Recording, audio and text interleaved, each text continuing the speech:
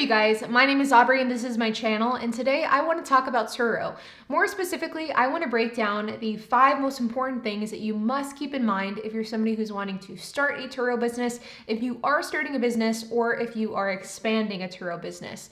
So in this video, I'm going to be breaking down everything you need to know and everything you need to keep in mind. Make sure to stick around until the end of the video, because at the end of the video, I'm going to be giving you guys a coupon code to my car sharing masterclass, which is my online course that teaches you guys how to make a 6-figure semi-passive income stream through Turo. And at the end of this video, I'll give you a coupon code for that class. So let's get started. When it comes to Turo, there are people that either hate it or love it. I mean, all the time, and I mean on a nearly daily occurrence, I get messages from people telling me that Turo is a waste of time, that they were screwed over by Turo, that it's a waste of money, and that it's just simply not worth it. On the flip side, I have just as many, if not more people emailing me, DMing me, commenting on my videos, saying the exact opposite. People saying, hey, this is a great side hustle. I love it. I love Turo. I plan on expanding. Things are going so well, etc., etc. Now, the fact is, neither of these two groups of people, the pro-Turo and the anti-Turo groups, neither of these groups are incorrect.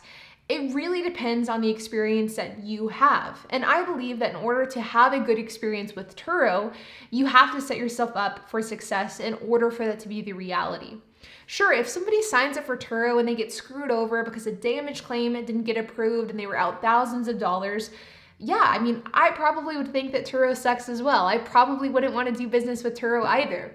But the fact is, there are very real things that that person did in order to make that their reality. And there were mistakes that were made that ultimately led to that conclusion of being screwed over by Turo. So rather than kind of jumping to that conclusion of saying Turo is worth it, or Turo isn't worth it, or Turo is a waste of time, I think instead what we should focus on is how can we make Turo a success? How can you make your Turo business everything that you need it to be and more? When it comes to Turo, it is what you make of it. And it's important for you to understand that in order to make it a success, there are some very key things you need to keep in mind. Now, the number one most important thing that you should keep in mind with Turo is you need to be willing to put in the work and to educate yourself on the details of the Turo business. Now, this is a really broad explanation and kind of an overarching piece of advice. But the fact is, your Turo business can be made or it can be broken by the decisions that you make regarding how you manage your Turo vehicle.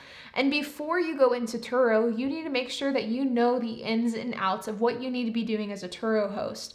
Far too often, I hear people who've been on Turo for a year or for 6 months, or they have a couple cars on the platform.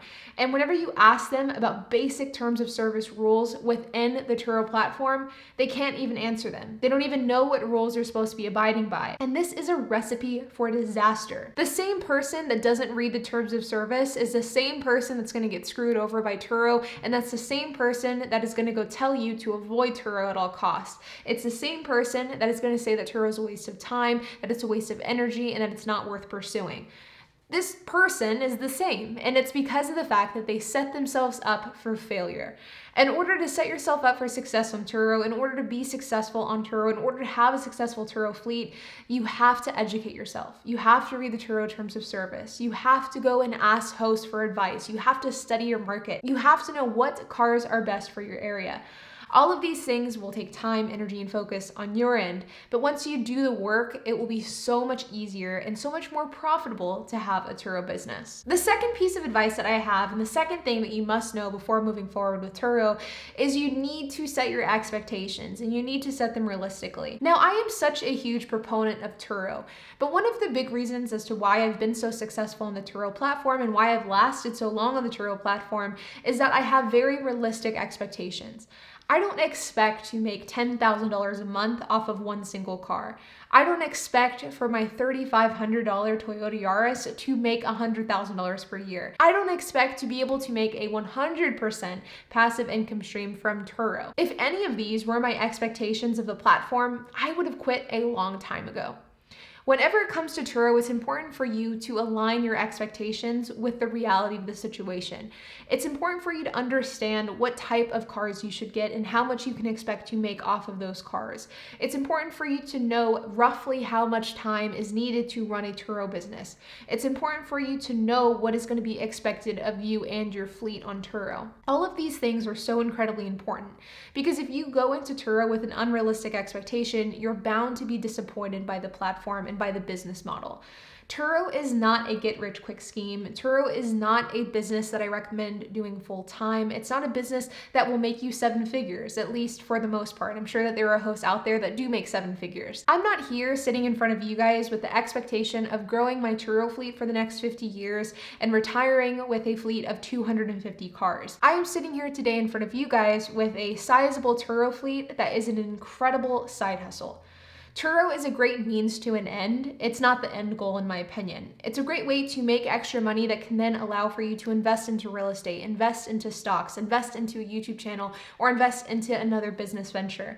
But in my opinion, I don't think that Turo is a great standalone business. It's not something that you should do in your full time or expect to do in your full time. But I think that it is a great side hustle. It's a great side income source and it can be semi-passive. But in order for this to be a reality, you first have to set your expectations and you have to go into Turo with a realistic expectation on what you want to accomplish. The third thing you must know about Turo before starting your Turo fleet is you have to have an understanding of cars. Now, I've talked about this a lot on my YouTube channel and I've talked about it a lot whenever people ask for me advice regarding Turo. In my opinion, I think it is very difficult to have a successful Turo fleet if you have no basic understanding of vehicles and vehicle maintenance. The main reason is that if you are running a Turo fleet, it's not a question of if things are going to break and if things are going to go wrong. The question is when and how often will it happen? If you are somebody that does not have any basic knowledge of car maintenance and car repairs, then you are going to spend a lot of money and a lot of time taking your cars to the shop to not only be fixed, but to also be diagnosed. I think that the best way to run a Turo business is if you're somebody that has a background in cars. In fact, in my opinion, I think that Turo is like the best side hustle to do if you're somebody that's a mechanic, a car dealer, if you're a car salesman, if you know a lot about cars. There is no better side hustle out there than Turo. With that being said, I don't think you have to be a mechanic. You don't have to be a car dealer. You don't have to have a professional background of vehicle maintenance, but I do think that you should have an understanding of it. You should be able to look at a car and know, okay, when do the tires need to be replaced? You should be able to drive the car and know, okay, something isn't right here. I should probably get this checked out. You should be able to do very basic maintenance like oil changes, brake pad changes, or at least know and understand when that maintenance needs to be done. In my opinion, I think that you should not start a Turo business if you don't have that basic understanding. Now, don't get me wrong, you don't need to be a mechanic, you don't need to be certified, you don't need to be an expert, but having a basic understanding is incredibly crucial, especially if you want to have a successful Turo fleet. I think that the thing that has separated my Turo fleet from so many others out there that are less profitable is the fact that not only I, but my fiance have a really good understanding of vehicles. I know a lot about basic maintenance, basic repairs, and I can even dive deep into some of the more complicated issues that vehicles have. And that has been incredibly helpful in my own Turo fleet. I can dive into most surface level issues with cars, and it's easier for me to just go onto YouTube and look up the stuff that I don't know. For the more complicated stuff, I have my fiance, who's an incredibly talented mechanic, and that means between the two of us, we can do 99% of our repairs with the labor being completely free because we're doing it in-house. This is something that has been a game changer for us, and I think that if you're somebody who's going to be taking your cars to a shop, paying the standard price for vehicle maintenance and repairs, then I think that your Turo career will be a bit short-lived because of the fact that the profit margin just simply won't be there. At the very least, you should know how to diagnose cars. You should know how to do basic maintenance, or you should have a connection to be able to do this stuff in a cost-effective manner. The fourth thing that you must know if you want to start a Turo business is to come to terms with the fact that it's not a matter of if your car gets damaged, it's just a matter of when. If you want to run a successful Turo fleet, you have to come to terms with the fact that your cars are going to get damaged. Your cars are going to get destroyed, they are going to be neglected by your renters, and they are never going to be as in good of shape as they were the day you bought them.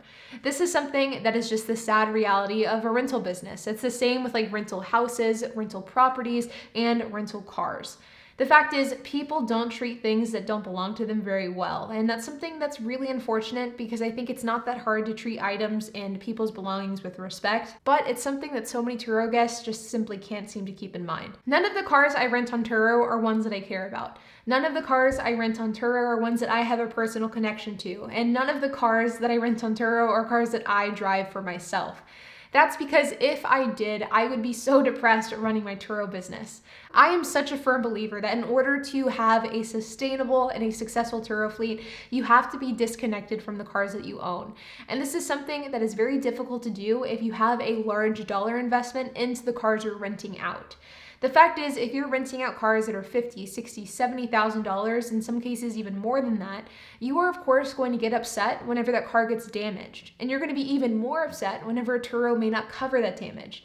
But on the flip side, if you have a car that costs you $3,500 or $4,000 or $5,000, if that car gets damaged, it's not the end of the world. I often hear on social media and on YouTube and on people who are participating in Turo that they buy an exotic car, they buy a high-end luxury car, and then they rent it out on Turo to offset the cost of that car, and that justifies the purchase. So let's say, for example, that you buy a $75K Mercedes, and the only way that you're able to afford and justify the purchase of this Mercedes is if you rented it out on Turo.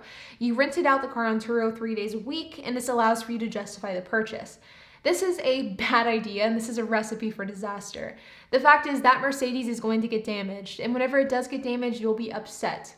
This is not a good idea. So rather than buying your dream car and then renting that dream car out on Turo in order to justify the purchase, instead what I'd recommend doing is buy a couple of lower end economy cars and use the profit of those economy cars to then go towards the payment of that dream car of yours.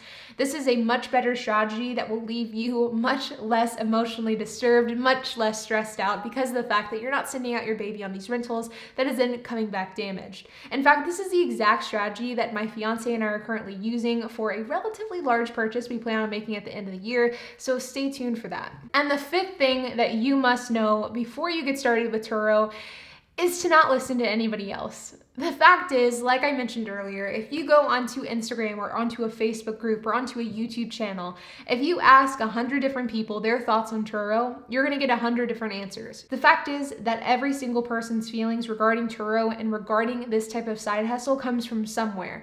And just because that person had a bad experience or a good experience doesn't mean that you'll have the same experience. If you are somebody who wants to get started on Turo, I would encourage you to give it a try, even if people are telling you not to. Start with one car that's affordable that you can justify taking a loss on if it came to that, and then rent it out on Turo for a few months.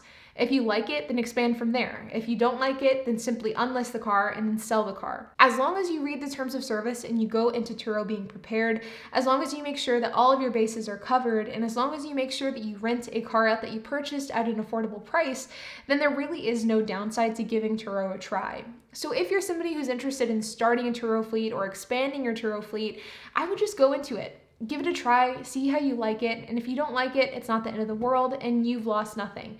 If you like it and you want to expand, then you may have a super successful side hustle on your hands that you're then able to expand from here on out. With that being said, you guys, this is my honest advice on what you need to keep in mind when it comes to Turo. I understand that Turo isn't for everybody, and I'm not here to sit in front of you guys telling you that Turo is the one-size-fits-all solution to your financial problems.